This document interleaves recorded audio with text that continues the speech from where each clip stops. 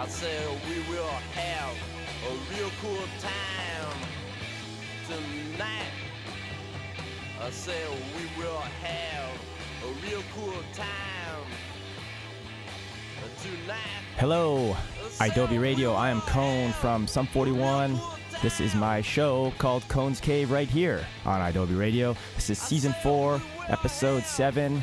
That's a little of the Stooges leading us in, led by Iggy Pop, a song called Real Cool Time, a song that I use as my intro every week. Love the Stooges, love Iggy, and it's the perfect song to lead us in, because we are going to have a real cool time tonight. I have new friends of ours, of our band, a group called Joey Valance Brae, which is a hip-hop rap duo. New-ish group in the last few years anyways, and I think I call Joey Valance Brae the next big thing in hip-hop and rap. And I say that for a few reasons. Joey Valance Brae just opened for us, Sum 41, on our first leg of our U.S. tour a few months back in the spring. And man, it is a live show. They are what I would call the perfect first band on a bill right now anyway. They just bring a lot of energy. You know, when a first band goes on and the night's starting at a show, everyone's just kind of getting there. The crowd's settling in. The night is new. And a lot of times it's really hard for a first band to grab that audience right away because, you know, the night is young.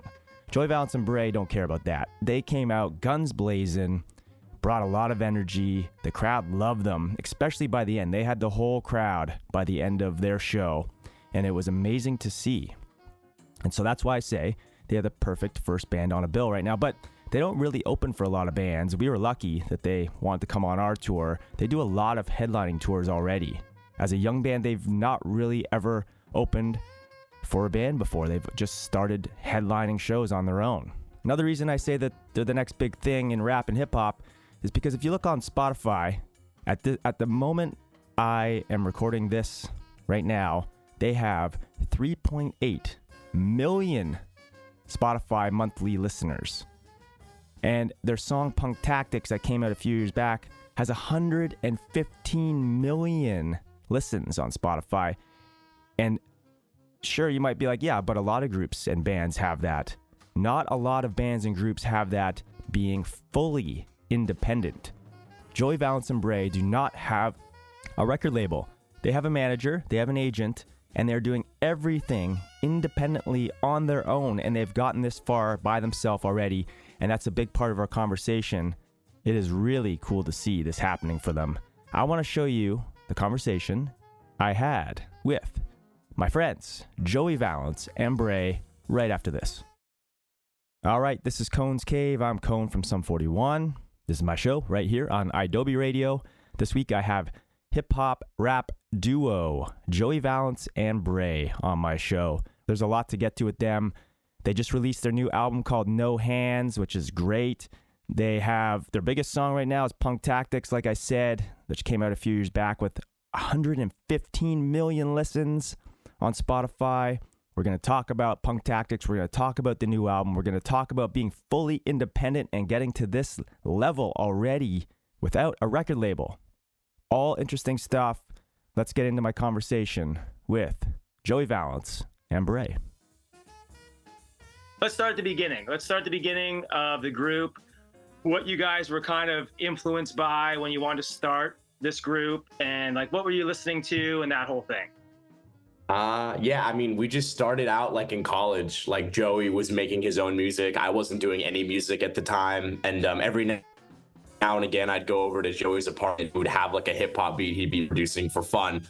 And, you know, we would just put, you know, silly rhymes on it just to be stupid and make each other laugh. And then that kind of just like snowballed into becoming an actual project. But then, yeah, I mean, I just grew up listening to a bunch of old school like hip hop. I was listening to like Michael Jackson and Jay-Z and, you know, Black Eyed Peas and that types of stuff. My dad was just a huge like old school hip hop fan. So I just like kind of grew up like with that sound in my ear, like at a constant from a very young age. So, yeah, same with me. I mean, like grew up listening to hip hop. My dad, he would also be playing like Daft Punk and things like that, and so I would get exposed to this like early version of electronic music. And I remember just looking up like Daft Punk on YouTube and then watching their music videos, and then getting exposed to like a whole other genre of EDM, like getting really inspired by that. Started going to like Warped Tour in high school and everything. So such a passion for energetic music that just made you want to like dance and mosh and punch people.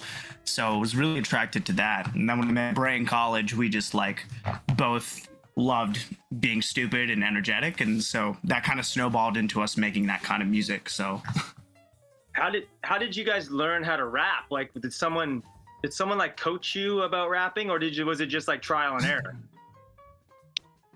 we didn't learn at all. We just started going for it. Yeah, it's crazy. Like I don't remember trying at all. I still don't really try.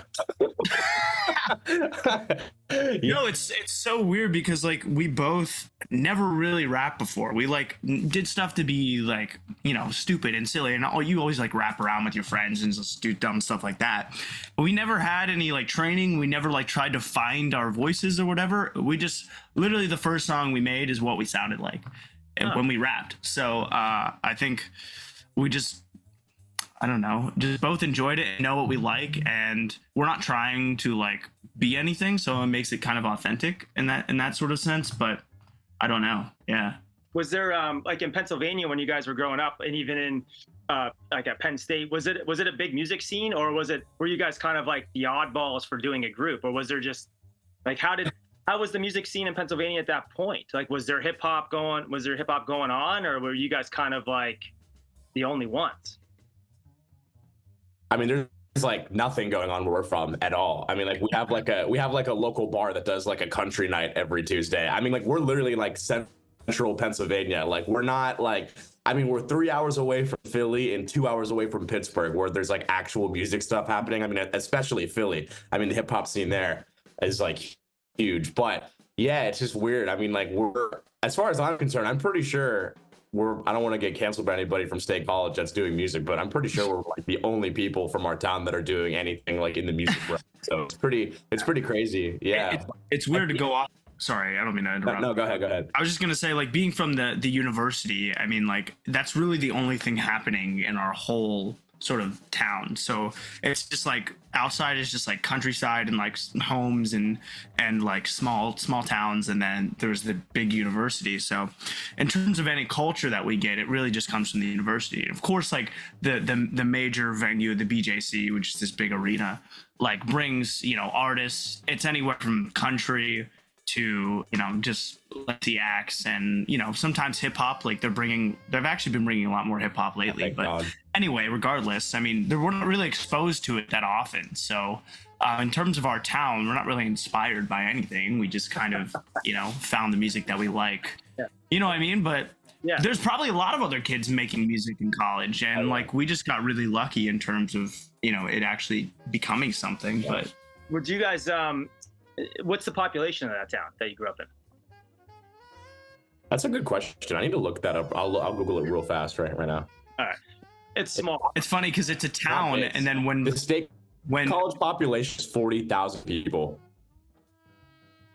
Is that when the students are there?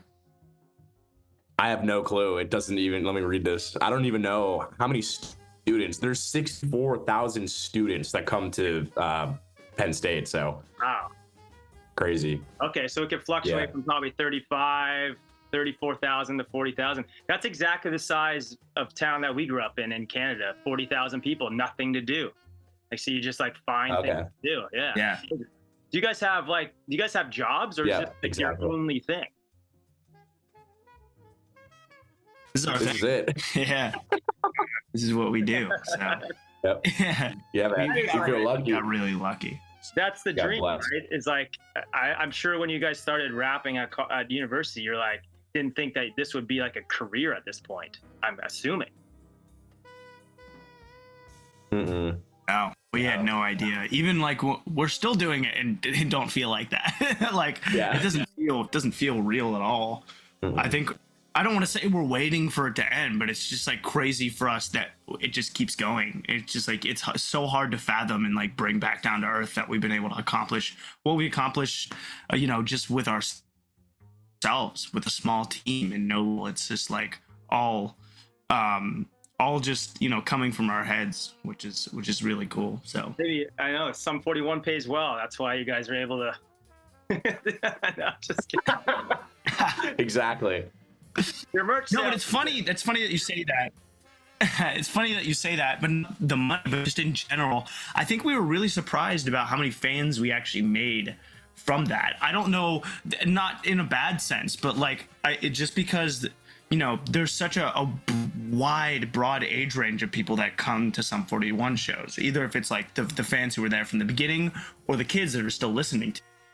So it was really interesting to see comments and fans being like really reactive to our stuff from all the age groups that were there. We had a blast. So yeah, totally. I think the style of music that you guys are doing kind of it can be a young person's thing, but I know people that are in their 50s that love this style of hip hop that you guys are doing. So there's a broad range of what you guys are doing, and I don't think that was on purpose. It's just that's a good thing for you guys, that you could hit like a 14-year-old and then like a 50-year-old at the same time. And that's kind of what we're finding at our shows. But I think we're only finding it at our shows because we've been around so goddamn long.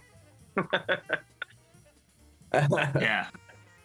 No, but it's one of the best feelings when like a kid texts us and is like, I was able to like become closer to my parents because of you guys. Like, me and my dad enjoy listening to your music together. And like a bonding thing. So it's just so interesting because the kids come to it because it's something they've never heard before and they love energy. And then the parents are like, oh, this is familiar. And like we get to see this style of hip hop being like, transformed and evolved into a modern sort of take. So it's really just something that we didn't intentionally try to do. It kind of happened, but we sort of bridge that gap. And so it's really cool. Yeah, totally. When we were talking on tour a little bit, I remember talking when Derek was around, and we were talking about like you guys being independent and all that kind of stuff. I kind of want to dig into that a little bit because I think it's unique actually, because you had said that you guys have been offered deals with labels and stuff. So I want to kind of get your feeling of why you want to stay independent. I don't even know if you're maybe thinking about going to a label now, but at the time when we were talking on tour, you were pretty happy to be independent. So maybe talk about that a little bit, why you've chosen to take that path and not go with like a record label that's offering you a bunch of money. I think Brae and I can both agree on the fact that I think we surrounded ourselves with a team that was like so supportive and like understood our creative decision like 100%. And I don't think we were like warned that labels can be a little bit predatory sometimes, and especially coming right out of like a TikTok thing, like they just want to capture you up in a deal and then might not care as much. But I think we knew we had something super unique, so we were like, let's bet on ourselves and build it up to something to where if we go into a label, we have a lot of power and we have like leverage. So we definitely are considering like in the future of, I think we just keep getting lucky, and we've seen that we've been able to sort of accomplish the things we want to accomplish because I produce the music, we do all the creative stuff, the art, like, and I are in this fucking bedroom making music. We have agents, like it's all really just things we're able to accomplish. And of course we're missing out on stuff, and we both attest to stuff that we might want to achieve without a label, but I don't know if you want to add, Brae, but it's kind of just all that. Yeah, I mean, like, Joey pretty much summarized everything, but we have just, we've had like endless conversations with our team, just being like, if we just keep pushing forward, like without a label, like who knows where we can get. And there's also like, I take a lot of inspiration from a lot of other acts that I know of that are, very well and creatively and successfully on their own, like without a label. I mean, one of the biggest other rap duos that is independent fully is Suicide Boys. I mean, their numbers are just crazy. I mean, they're on their own tour right now. Like, they're doing a huge stadium tour. I mean, they've been doing stadium tours for the past couple of years now, but it's just very impressive to me, like, to not be on a label in any way, shape, or form. Like, every single like metric of number is just like theirs. So it's pretty cool. It's crazy, yeah, because I went on your Spotify today, and I think you guys are over 4 million monthly listeners. You're like 4.3 monthly listeners without a label. Like that's more than some major label bands and groups. Like that's just you guys. Yeah. That's insane. And Yeah. it's Punk I don't Tactic. know. Punk Tactic's like 106 million listens. I don't even know how that happens. It's Yeah. It's wild. Well, it's like something to say too. Artists just have so much more power than they ever have because you have social media at your fingertips, which is pretty much the sole like driving force of marketing these days. Even labels would tell you that, like, make videos. Like, what are you doing? Like, you need to be making videos. I think both Brae and I both have a knack for making content, and so we like Yeah, we're good at just both, we both enjoy it, and we both like making asses out of ourselves, and we like attention. So it's like, we're naturally good at it, and so we just like doing that, and we've gotten lucky in the sense that our videos perform well, and it keeps happening. We also just are making a style of music that is different and connects with people. So people just have so much power. We do all this shit in a bedroom, and anybody can do it, and that's a big message of our project too. And like, we want to show people that it's possible to achieve the things you want to achieve with the right people and like by yourself. So again, we're not like closed off to a label. I think it's just something to say about how much power that artists have now and have a leg up on the labels. Like, labels are coming to artists and being like, we need you, rather than the artists being like, we need a label. Mm-hmm. That's very true. And I think you guys seem open to doing the work. I know there's some bands and groups out there that are not as like driven as you guys, and nothing happens. And those are the kind of bands that I'm like, you guys need a label because you guys are lazy. You guys are not lazy. You guys seem to be just doing it. You're doing basically what a label would do for you anyway. Yeah. But there is some things that we would like. I mean, labels can get you on bigger lineups, and they have more leverage in that sort of sense. If I was like, oh, I really want to work with A, they'd be like, okay, we'll get you with A. It's like, they have sense there, and that's stuff that would be helpful to us, we think. But I think as we've been able to build this, we've also found a lot of friends just through making music. I mean, the Danny Brown thing is an example that we're getting follows from people that we're huge fans of. So it's like, you're able to accomplish a lot just by yourself. I kind of want to talk about like your live show, because I got to see it every day. I'm lucky I got to see you guys play every day, and I also I noticed like you guys were learning from the crowds. Like I know when you guys started the tour, it was something, and then by the end it was kind of the same, but you guys tweaked a few things. So I kind of want to get an idea of like how you guys put a live show together, and like what's your frame of mind going in, winning over crowds? Like, are you constantly thinking of ideas? Are you just going out and just putting out like sheer energy? Like, how did you tweak your set through our tour a little bit? Like, notice what was going on. Yeah, I mean, we have different set lists and different kind of like criterion and idea depending on what we're doing, whether it's our own like Joey Valance Brae headline show, a festival, or like a opening slot. I mean, also this was the first time we've opened for a band like ever, which is crazy to say. We just immediately started headlining, which is not normal. So, but like, for you guys, we're like, holy shit, we're opening for Sum 41, this absolutely huge legendary band. Like, what are we gonna do here? We obviously wanted it to be as energetic as possible because that's just who we are in the shows that we do. But also, I think something that's interesting is we had an understanding of this crowd they're fans of like, punk and rock music, which is obviously what you guys are. And we have songs that lean a little more like punk and, guitar heavy rather than like hip hop like heavy. So, we tried to sprinkle in some of the songs that, had a punk raw edge to it just to, kind of capture that, those fans, their taste specifically. But yeah, I mean, it's always about energy all the way through to the end. So 100%. It's just, we try and go out there and just give 100% of our performance and try and be as energetic as possible. I almost feel like, we do cater to the audience a little bit, but at the same time, we kind of don't. We kind of just cater to like what we enjoy the most. But obviously, like Brae mentioned, there's different set lists for the types of crowds. Like something we'd play at a pop music festival versus like a metal music festival is totally different. But we did learn from the crowd, and we learned which stuff was reacting the most and like kind of how to direct them. And so, yeah. Do you guys do a lot of covers? Do you guys do any covers? I don't recall hearing any covers. Do you guys do any? No. No. That's something we don't do, but would probably help us win over fans even more. But I don't think we've just like always so like, what do we cover? Like, what do we cover that's not really obvious, Yeah, exactly. you know? Yeah. So, but we do have a cover coming out on our album of a Charlie XCX song. So if you're familiar, she just came out with her new album Brat, and it's just like this huge club album. And so we're covering a song on that, which is really exciting. And we might start playing shows.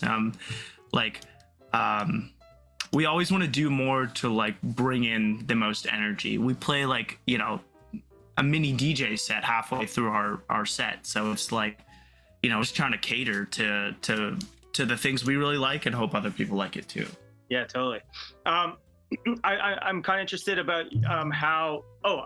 Wait, before I get into that, I want to talk about the Ellen DeGeneres show because I didn't know about this. I want to know how you got on that. Like, how did 2022? I was just reading something about that. You guys were on the show, or she had you on for a while, or just one show? Like, how did that? What happened there?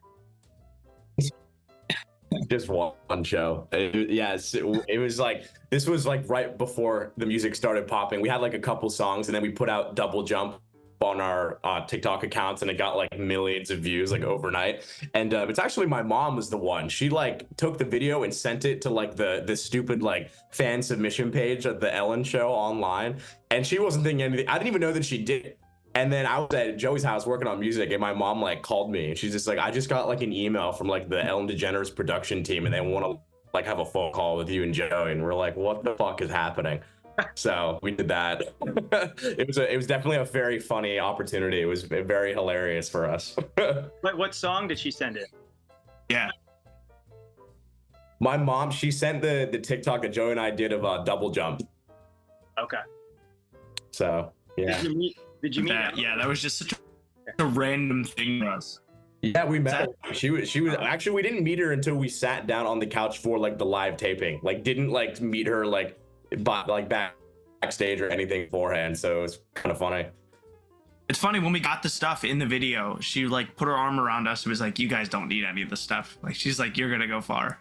That's what she did. I forgot. She gave us a bunch of like recording equipment. She gave us like, actually the laptop that I'm zooming you from was from Ellen. So we are using one thing, but she gave us like headphones, like a microphone. She's like, you guys don't need any of this stuff probably. And we're like, no, but thanks. But it was so nice. I mean, we weren't expecting everything. It was an overall very positive experience. And like, it's funny to look back on now, especially how much we've like evolved with our style and message and everything. Before it was kind of just like baby, you know, that's what it felt like there. It's like mommy's little boys are rapping. Yeah, exactly. Yeah. But I think we sort of played into it and just like we played into it for sure. But yeah, it was fun. That's amazing. We were on Ellen once, and she wouldn't have us on until we had like this like slow song pieces. And she was like, oh, I'll do the slow song from you guys. Like, all right. So that was like 2005. Because she has an older crowd, you know. Yeah. That's yeah. Awesome. That's so interesting. That's crazy, yeah. Let's talk about your new album. I kind of want to know, going from like the first album with, you know, Punk Tactics, and the song exploded, obviously, what you guys were thinking going into the second album. Or was it just kind of much the same? Like, let's not take it too seriously. Let's not overthink it. Let's just record another album for fun. Or did you have a little bit more pressure on yourselves to be like, okay, the first one did actually really good. We didn't think it was going to do really good, but it did. And what are we going to do now for the second one? How are we going to top it? Yeah, we did. We definitely went in with a different mindset. The album was recorded within like a 3-month period. But we knew, I really don't know if we were trying to make any hit songs besides like The Baddest, which we were like, we need a club banger. Like, we 100% want to make this like club banger ass song. And that's what we did. But for the rest of them, we seriously got done with the album. We were like, I have no idea if anybody is going to like any of these. because we were trying some new different things. We went in with a mindset that was like, okay, we had Punk Tactics. How can we like tell this story now? We've like achieved what we've been able to achieve. Like the whole message of the album, No Hands. It's like we've been able to do this independently, and we do it with steez, and we're confident about it. And like we're telling you we're confident about it, and we're like, you know, kind of like cocky assholes in the music, but it's like to be funny. But anyway, like we went in with that whole mindset, and we wanted to like have that message. So when we got done with the album, we knew we had made something that we really fucking liked. But I don't know if we had any intention of anybody liking the music. And then it came out and got, you know, very positive reviews, and The Baddest is doing well. So it's just like, you know, I think we just, I don't want to keep saying we got lucky, because that's not what luck is, but I don't know. We made something we were super proud of. And so, yeah. Did you feel pressure on yourselves at all? I mean, yeah, like I think all the time, like it's not really pressure, because at the end of the day, Joey and I are having like the best time. Like it's so fun to be doing what we're doing. But you know, when you're like, we keep just going like this, and it's just like, well, fuck, we got to like get to here now, because like that'll be pretty embarrassing if like it doesn't hit, like, you know what I mean? Like, but yeah, it's good. I would say it's good pressure. Like it's good to be like, all right, how are we gonna make the next shit like better than the last? It's fun. It's like a fun challenge. Yeah. So. It is that we put on ourselves, and it's more just pressure to like evolve creatively, I think, and like keep doing things that we're excited about. And we're not really interested in whether people are going to like it. We're just kind of interested in making, I mean, obviously we want to take it to the next level, like Brae said, and that's definitely in our mind totally, because we want to do this shit for the rest of our life. We're not going to like just phone it in so that we can make 150% just like dumb shit, you know. Like there's a little bit of give and take, and like how can we make sure that we can continue to do this and also 80% make stuff that we really love. So but yeah, it is a little bit of give and take, but majority of the time that 80% is 100%, because we like the tracks we make a lot. I think, but yeah, there's a little bit of pressure, but not a ton. We didn't feel a lot. What's up? We're Joey Valance Brae. We're here hanging out with Cone on Cone's Cave. Woo! Say it again and get punched. Don't you know that I pack up punch? Don't you know that I pack up punch? Don't you know that I pack up punch? Don't you know that I pack up Punch back to the source. Walking on the sky, I was born with the force. Don't care about the money or the power of your horses. Fly with my Civic, don't care about the Porsches. Whoa, pop out the cup, we shoot at Rambo. Don't need your deal, I'm eating Nando's. No, I won't be blunt. JVP to whatever we want. Talk to me nice or get KO. You a small fry, you look like Toad. I spit fire, I'm more like Bowser. I got you scared, don't piss your trousers.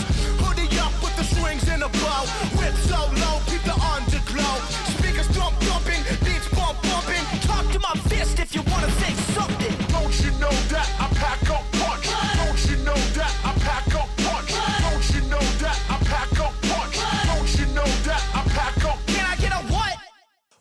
Get cut. Don't do it for the money, I do it for the butt. You cannot compete, you trying to keep up. Your name's not Olivia, you don't got the guts. Huh, that's what your mama said last night. Blowing up like a bad pipe. Born with so much sauce, I think I was a fucking Stromboli in my past life. I'm going in, I better set the door. Swinging the mic like clubs at Top Golf. You pale as fuck, your feet are stuck. You cannot move, you got no groove. What is you to do? But to accept your fate, I'ma dice you up and serve you on the plate. Go to Hell's Kitchen, whipping up the chicken. Eat you alive, that's the mission. And now, entering the ring, Danny. Jump up, meet the rap on my head. Have your face fucked up like a 2K skin. Feeling like an old Xbox lobby, I'm that nigga. So ain't no disrespect, my dogs will go get ya. Fuck what you had for lunch, you eat a punch. Wash it down with your own blood and you get a stump. After for dessert, make you a leaker.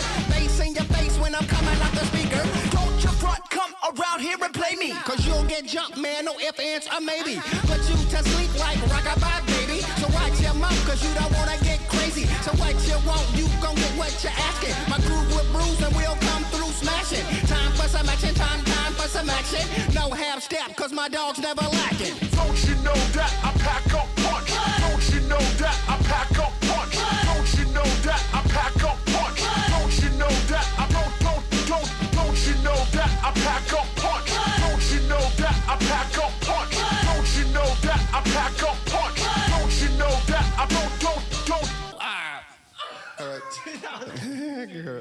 All right, there's Joey Valance and Brae with a song called Pack a Punch off their brand new album called No Hands, came out this year. If you like that old school hip hop sound of the 80s and 90s, but with a modern twist, Joey Valance and Brae is for you as they are for me. I love that sound. I got Joey Valance and Brae on my show. This is Cone's Cave. I'm Cone from Sum 41. It's my show right here on Adobe Radio. I'm going to get back into the conversation with them. We're going to talk about the song that put them on the map called Punk Tactics. Here we go. It's refreshing to see a group that takes their music seriously, but as like people, they don't take themselves too seriously. And there's so many like examples of bands and groups that have done that. Like even like the Red Hot Chili Peppers, for instance. Like their music is, they do their music very seriously, but as people, you could tell they're just kind of goofy in their videos and everything, right? And that's kind of refreshing to see. And I kind of think that you guys have a little bit of that. And we were kind of the same. Like we were very serious about making good songs, but in our early 20s, we were just fucking idiots. And that's, it's refreshing to see. And I think people pick up on that. Yeah, definitely. Yeah, it's just naturally who we are. We've never really cared about what other people think. So, we just like being dumb, and we're like inspired by, goofiness. I mean, I fucking grew up watching Jackass, so that's like probably like 110% of my personality. So it's like, it's like stuff like that. So yeah, it is fun though, because a lot of people do take themselves really seriously. It's okay to do that. And, but I think at the same time, you have to be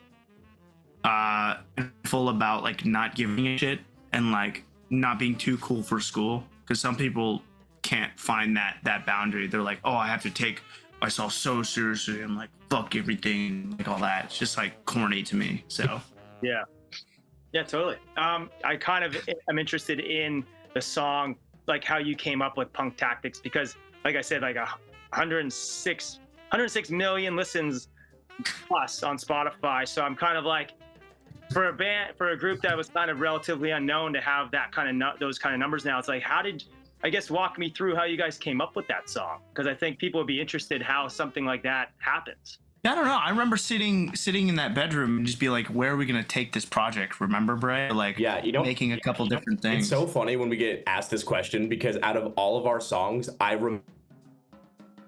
remember the least about writing this one. I don't know. Like, I just like, I had my verses written, and I had a couple different verses, and I just like, we did them, and Joey's the one that had the name Punk Tactics, and I'm like, that's pretty fucking cool. Like, so that was like, we knew that was gonna be the hook, like, cause like just the name, like I'm like, what the fuck, how did you come up with that? So that the name in and of itself is kind of like the bread and butter there. But then yeah, we just started writing like crazy. I wrote my verse in probably like 10-15 minutes, then just like did it like, one. The reason why is because you wrote your verse so fast, and I sat in that fucking room for like 24 hours. I do remember that. Okay, I do remember. Yeah, because you guys were out there, and I was like, I cannot think of anything.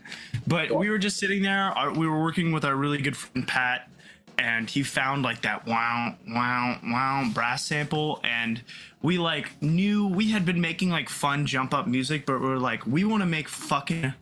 Like, we have hardcore influencers. Like, we want to make like punky ass music. We want to make stuff that you can mosh to and like get angry to, and it's just like raw, energetic, like, music for fucking kids to like be stupid and rebellious and not. That sounds like stupid, but you know what I mean. That's like what it feels like.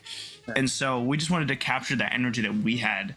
So going into that song, I don't know, like we ended up finishing the whole song, and the back and forth stuff was just so cool that we did.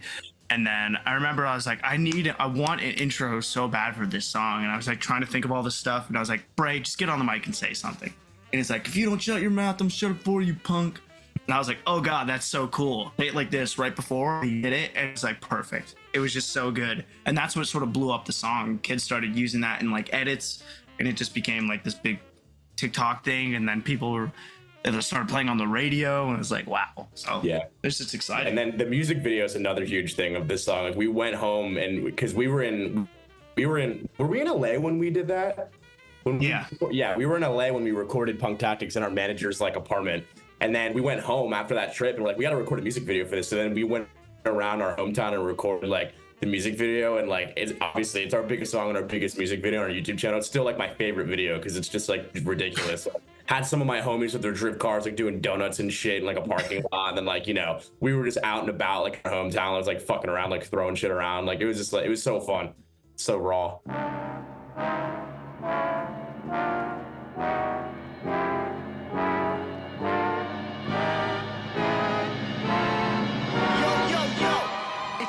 Shut your mouth, I'ma shut it for you, punk. Hit ya with the hard tactics. Hit ya with the hard tactics. Hit ya with the hard tactics. Hit ya with the punk tactics. Hit ya with the hard punk tactics. Bankrolls come straight for the assets. No games, no throw, won't pass it. Pick you up, spit you out like Jurassic. Oh, no for the rigmarole, we kick pros. Stub toes, I suppose you might know. Hit the block, then you flock. Time's up, now you're about to get clocked. Aye. Spicy like pepper, 1-2-stepper. Laid back, motivated, money go getter. Never felt better. Write me love letters. Shooting out the spike chain, Megadeth tether. Get over here like Scorpion. Put you to sleep, cold Vulcan. Should I assist you or do you get the picture? If you don't budge, I'm gonna have to hit you. Hit ya with the hard tactics. Hit ya with the hard tactics. Hit ya with the hard tactics. Hit ya with the punk tactics. Yo, the lace is loose and fist tight. I never lose a fist fight. Sun up and up all night. If I'm gonna do it, then I'm gonna do it right. A to the R to the A to the E. F what you think, I'ma stay G. H is for hot, cause that's what I be. IJK, I'm cold like Slurpee. Ooh, goddamn, I drop bombs. I was born with the brains and the brawn. I am the king, and you're just a pawn. Who's got the high ground now, Obi-Wan? Alphabet rhymes like chicken noodle soup. Two-door beamer, pick you up in the coop. Shooting for the hoop, jiggy on the loose. Shark mentality like my name Bruce. Hit you with the punk tactics. Hit you with the punk tactics. Hit you with the punk tactics. Hit you with the hard tactics. Hit you with the hard tactics. Hit you with the hard tactics. Hit you with the punk tactics. Hit you with the hard tactics. Hit you with the hard tactics. Hit you with the hard tactics. Hit you with the punk tactics. Well, that brings up another thing. You're mentioning samples. I mean, there's people obviously that are going to listen to this have no idea what groups have to go through if they're going to sample something. I know that was like a big 80s hip hop thing. And even into the 90s, hip hop groups were always sampling stuff. How does that work with you guys? Like, if you're going to sample something like a horn line or something like that, you have to go through the right channels, or can you just do it and you just have to pay some royalties in the end? Well, it depends on the sample. So for that sample in particular, I'll say this publicly, we had no idea where it was from. We tried to like find whoever made it. We tried to like find where the song was from. The guy who we were working with, Pat, like said he recorded it on vinyl from some like really, really old thing back in like the early 2000s, 90s. He's like, I don't know where it's from. So we just sampled it and we never got in trouble. So for something like that, like that's on the record. You know, someone could come for us eventually, but we really don't know what that's from. But in terms of other samples, we're like very, very careful about what we use. And like, I'm surprised because like I've been able to make our stuff sound really authentically vintage in terms of the drums by using just old like drum sample packs that were made. So I like bought and downloaded those. But anyway, other stuff like that, there's a website called Tracklib, and it's so great for Tracklib. Yeah, finding samples, and you can just like reach out to the owner of the copyright right on there. And it's just, you know, I use a lot of Splice and Looperman and things like that too. I work a lot with free stuff, so yeah. Now that we've gotten bigger, we could probably sample more things and actually find the people that made those samples. But hey, Bootsy. But yeah, we've just been kind of careful about it. Yeah. I was watching an interesting interview not too long ago with Damon Albarn of Gorillaz, and he was saying how it was one of the famous Gorillaz songs. I think it was maybe like the first one or whatever, but he got the drum beat or the line, no, not the drum beat. It was like the hook line from like a Casio keyboard, like a built-in sound. The keyboard? Yeah, did you see that? Yeah. Yep. With Gorillaz, with did you say Gorillaz? Yeah. Gorillas, yeah. Oh, with what's it? Yeah, what song is that? It's I don't know, but yeah, he just like pressed a button and it started like playing the song. And he had It was so funny. I mean, there's yeah. Uh-huh. Yeah. That's so funny. There's a lot of funny stories like that. Like one of our somebody was just telling us recently the fucking Rihanna's Umbrella, like that was like a stock garage band like drum pattern or something. It's like so stupid. Crazy. Yeah, that's nuts. Well, cool guys. I won't keep you any longer. I appreciate this. I know you guys are got up. Yeah, thanks for Thank you. having us. And there's my conversation with Joey Valance Brae, the next big hip-hop rap group. Mark my words. I mean, they're already on their way. They're already pretty big anyway. They're already doing their own tours, selling out places. So for me to say that, it's not anything new to anyone that knows them. This is Adobe Radio, and I'm Cone from Sum 41. This is my show, Cone's Cave. I'll be right back. Okay, I'm Cone from Sum 41. This is my show, Cone's Cave, right here on Adobe Radio. You just heard my conversation with Joey Valance Brae. Go check out their new album called No Hands that came out this year. It is a good one. Like I said before, if you like that 80s, 90s hip-hop, but very much with a modern twist, you are going to love this album. You probably already heard the song called Punk Tactics, which I played earlier and has over 110 million listens already on Spotify. And I'll mention it again. Joey Valance Brae, at the time of this interview and the time of this airing, is fully independent, doing everything on their own, just with a manager and agent. No record label. Man, I applaud those guys so much for that. And I want to thank them for coming on my show. It was good catching up with them. They are on tour right now, so go check them out if they're coming through your town. Joey Valance Brae. Thank you to Adobe Radio for having my show on their station again. I'll be back with the season finale of Season 4 next week, next Monday, 7 p.m. Eastern Time. Until then, I gotta go.